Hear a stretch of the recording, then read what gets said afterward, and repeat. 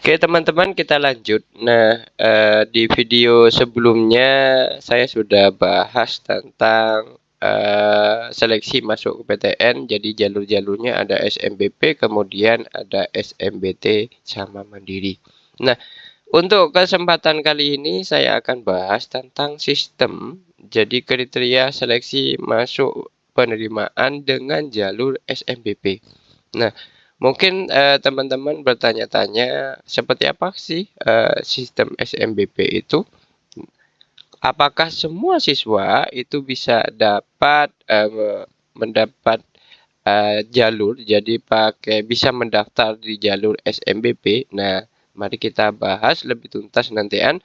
Kemudian langsung saja kita yang pertama. Jadi pada kriteria seleksi penerimaan SMBP yang pertama itu yang dilihat adalah indeks wilayah. Nah, indeks wilayah, kemudian yang kedua itu adalah yang dilihat adalah indeks sekolah. Yang ketiga baru indeks siswa. Nah, indeks siswa itu kalian belajarnya selama di sekolah dapat semester 1 sampai semester 5. Kemudian kita akan jelaskan bahas satu persatu. Yang pertama itu adalah indeks wilayah. Indeks wilayah ini itu berkenaan tentang pemerataan kesempatan belajar di PTN. Jadi pemerataan. Nah, kasarannya kalau di SMA atau di SMP itu sistemnya kayak zonasi. Jadi pada zonasi itu ada pemerataan sekolah di setiap daerah. Jadi ada 50% kalau di SMA atau di SMP. Nah, ini sama juga. Cuman bedanya kalau di PTN, jadi di SMBP itu lebih ke daerah, lebih luas cakupannya. Nah, misalkan kalau di Jawa Barat, nah berarti masuk wilayah keberapa. Nah, seperti itu. Tapi kalau untuk kota, nah itu kan sistemnya PPDB. Nah, kita lanjut. Kemudian indeks wilayah ini juga itu tergantung dari kebijakan PTN. Jadi misalkan PTN ngambil dari daerah sini berapa, kemudian dari sekolah ini berapa, dan itu ada terperincinya. Nah, itu yang disebut dengan indeks wilayah. Jadi ngaruh nanti antara siswa yang milih PTN yang di luar sangat jauh dari daerahnya itu ketimbang milih PTN yang dekat dengan wilayahnya. Maka peluang keterimanya itu otomatis yang paling dekat. Nah, itu ya. Nah, itu ngaruhnya tentang indeks wilayah. Kemudian yang kedua itu adalah indeks sekolah. Nah, indeks sekolah ini itu berkaitan tentang sekolah. Yang pertama itu adalah akreditasi sekolah.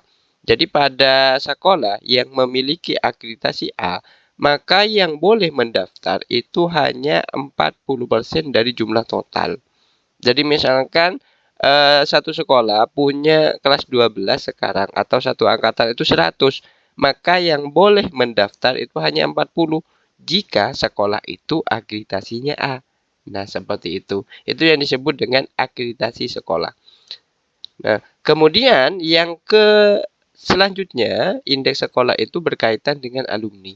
Nah, alumni yang mempengaruhi keterimanya SMBP itu adalah kelulusan SMBP sama SMBT sebelumnya.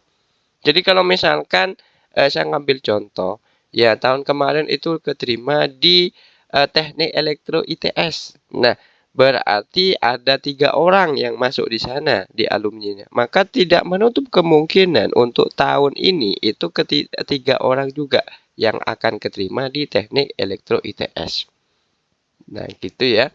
Kemudian SMBT, ternyata di kelulusan SMBT-nya tahun kemarin itu tidak ada masuk di kedokteran UNER misalkan. Berarti, nah karena tahun kemarin itu ada yang lewat jalur tes, maka tidak menutup kemungkinan di jalur SMBP 2025, nah keterima di jalur SMBP-nya itu bisa keterima. Jadi peluangnya lebih besar. Jadi antara alumni SMBP sama SMBT itu bisa keterima. Oke, kemudian nilai alumni. Nah, ini berkaitan dengan IPK. Ternyata pada tahun kemarin nilai IPK-nya dari siswa itu anjlok. Nah, atau jelek. maka tidak menutup kemungkinan tahun sekarang itu tidak ada yang keterima SNBP. Jadi sangat mengaruh sekali. Kemudian tahun kemarin yang keterima SNBP nilainya bagus, maka otomatis nanti kuotanya bisa bertambah seperti itu. Kemudian yang selanjutnya masih berkaitan tentang alumni, yaitu adalah yang daftar ulang. Ternyata tahun kemarin ada satu siswa, saya ngambil contoh misalkan keterima di teknik sipil ITS. Ternyata ada beberapa kendala sehingga dia tidak daftar ulang. Maka tahun sekarang itu otomatis dia tidak bisa mendaftar, peluang masuknya di SNBP itu adalah tidak ada atau sangat kecil sekali. Karena pada tahun sebelumnya ada yang keterima SNBP tapi dia tidak melanjutkan atau tidak daftar ulang. Itu berkaitan dengan indeks sekolah. Jadi ada indeks wilayah, indeks sekolah.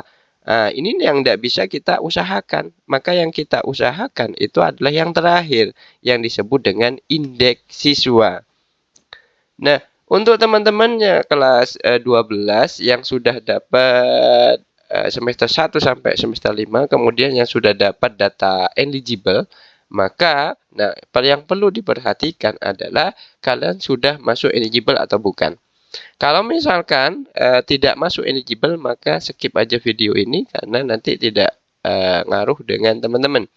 Kalau misalkan teman-teman masuk eligible, maka kita lanjut pembahasannya. Jadi yang dipakai pada sistem SNBP itu hanya semester 1 sampai semester 5 saja. Kemudian yang kedua itu adalah 2 mapel pendukung. Nah, untuk 2 mapel pendukung ini maka teman-teman harus memperhatikan, jadi kalau sudah masuk eligible harus memperhatikan jurusan yang pengen diambil nanti di PTN-nya. Saya ngambil contoh misalkan pengen di kesehatan. Nah, kesehatan itu banyak antara dokter umum, kemudian ada dokter di gigi, farmasi, ataupun yang lain. Maka mapel pendukungnya itu adalah kimia sama biologi. Kalau misalkan teman-teman tidak menempuh itu, tapi masuk kesehatan, maka peluang masuknya itu sangat kecil sekali. Begitu ya, itu secara data. Kemudian kalau misalkan data pendukungnya ada ini 2 mapel pendukung. Nah, bagaimana kita pengen melihat peluang persentase lulusnya masuk ke PTN itu? Maka cek saingannya, kemudian cek indeks wilayahnya, pengen masuk PTN mana, kemudian cek indeks sekolahnya. Kelulusannya bagaimana di sana. Nah, seperti itu kalau pengen kita ngecek peluangnya. Kemudian yang ketiga pada indeks siswa itu adalah sertifikat. Sertifikat ini adalah lomba akademik ataupun non-akademik. Nah, dalam kategori itu adalah juara 1, juara 2, atau juara 3. Nah, itu lebih besar masuknya di mendukung lebih besar ketimbang yang hanya peserta saja. Nah, gitu teman-teman. Nah, bagaimana cara hitung-hitungannya? Maka untuk hitung-hitungannya sendiri itu adalah pada nilai raport semester 1 sampai semester 5 itu nanti ditotal. Semua nilai raport nanti akan ditotal. Nah, kemudian dihitung rata-ratanya berapa. Kemudian setelah itu, nah itu jadi nilai 50%-nya. 50%-nya lagi adalah 2 mapel pendukung sama sertifikat. Nah, kemudian ini 50%-nya juga. Sehingga jadi 50% dari raport semester 1 sampai semester 5, 50% lagi adalah 2 mapel pendukung sama sertifikat. Jadi nilai 1 kesatuan nanti. Jadi disebut dengan indeks siswa. Ingat, indeks siswa ini adalah kriteria yang nomor 3. Jadi teman-teman harus memperhatikan indeks wilayah, indeks sekolah, sama indeks siswa. Makanya dalam jalur SNBP itu adalah disebut dengan jalur untung-untungan atau misteri. Sekian, terima kasih dari saya, kurang lebihnya mohon maaf. Saya akhiri, assalamualaikum warahmatullahi wabarakatuh.